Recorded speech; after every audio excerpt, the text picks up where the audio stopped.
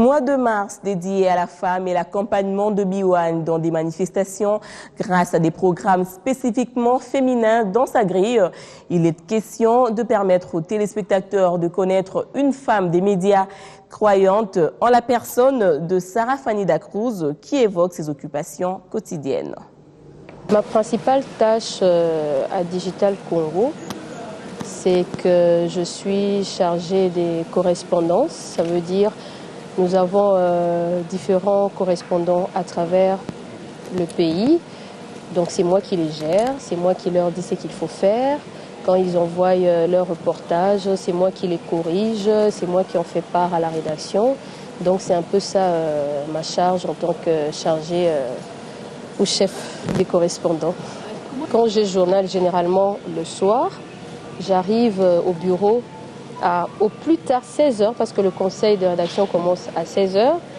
Donc je peux vaquer à mes occupations, je peux rester chez moi toute la journée jusqu'avant 16h. J'arrive au bureau à 16h, je participe au conseil de rédaction et juste après le conseil, généralement le conseil prend 1h, 1h15.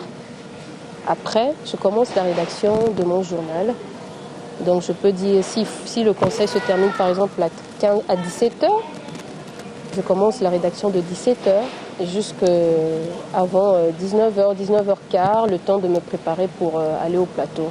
Le journal c'est à 19h30 et généralement je commence à me maquiller parce que j'aime me maquiller seule. Je commence mon maquillage à 19h15 et j'entre au plateau à 19h20, 25 peut-être parce que j'ai déjà fait ma mise en bouche à la rédaction. Donc là, c'est juste pour qu'on me cadre, qu'on fasse le calibrage et voilà. Merci d'être avec nous pour cette édition du journal. 9,5%, c'est le taux de croissance économique de la République démocratique du Congo confirmé ce lundi. C'est possible, à 100% possible que la femme devienne autonome, mais tout ce que je peux dire à la femme, parce que la plupart des femmes se fient à leur beauté, à leur façon de parler, je ne sais pas, à leur façon... à leur capacité de séduire, ça je le dis entre guillemets parce qu'il y a des choses que je remarque chez certaines femmes qui se disent par exemple, bon, je suis belle, je vais aller chercher du travail, le simple fait que je sois belle peut m'ouvrir des portes. Moi, ce que je voudrais dire aux femmes, c'est que la femme peut être autonome, principalement dans la politique, si elle ne se fie qu'à son savoir-faire.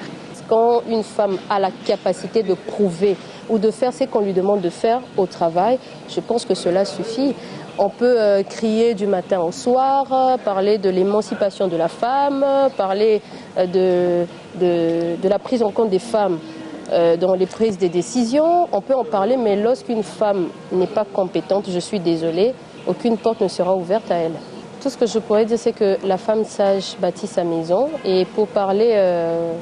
S'il faut donner une petite explication de la sagesse, la Bible dit également que la crainte de l'Éternel, c'est le commencement de la sagesse. Donc cette femme, si cette femme craint l'Éternel, elle est capable également de bâtir sa maison dans le sens où la femme sage, c'est celle qui aime son mari, c'est celle qui est soumise à son mari, c'est celle qui peut faire des bonnes choses pour sa maison parce que l'insensée, elle renverse. C'est peut-être un thème très complexe, mais je préfère m'arrêter là, je ne suis pas pasteur. Donc en tant que journaliste, je pense que c'est tout ce que je peux dire.